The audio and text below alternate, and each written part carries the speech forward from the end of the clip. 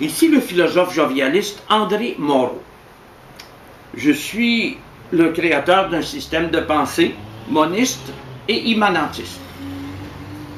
Si je n'avais pas fait les études universitaires prolongées que j'ai réussi il y a plusieurs années, j'aurais pu être un chaman.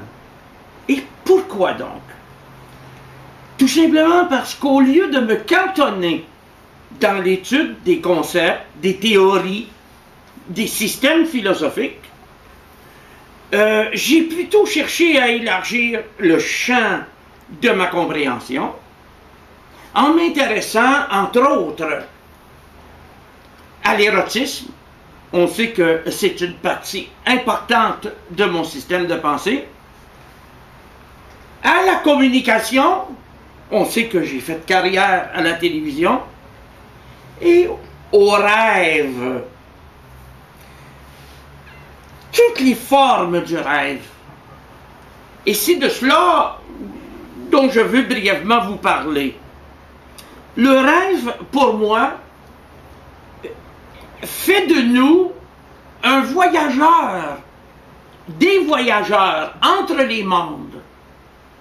Par le rêve, nous pouvons résoudre des conflits intérieurs.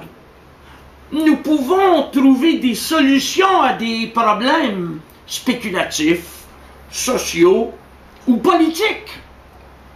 En rêvant, l'homme s'annonce à lui-même des choses qui relèvent d'une sorte de savoir intuitif, mais aussi de son propre mythe. Aussi, si vous voulez vraiment savoir ce que signifie rêver, premièrement, vous devez vous demander quel est votre mythe, car nous en avons tous un.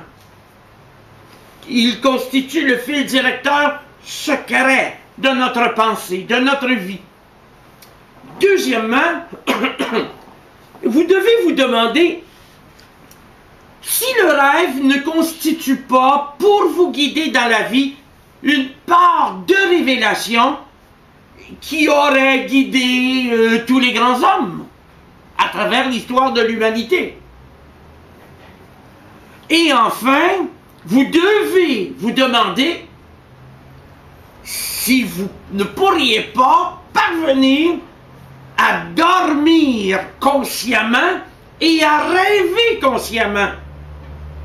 Si vous y parvenez, en suivant quelques indications que je peux vous donner si vous prenez contact avec moi, vous allez pouvoir vous souvenir de vos rêves nocturnes, vous allez pouvoir initier des rêves qui seront autant de prospection diurne, mais aussi vous pourrez vous réveiller volontairement la nuit pour les noter, tout en étant sûr que vous allez pouvoir vous rendormir une fois que vous les aurez notés sommairement, car il s'agit de ne pas couper votre sommeil. Je ne saurais concevoir de rêve véritable que conscient.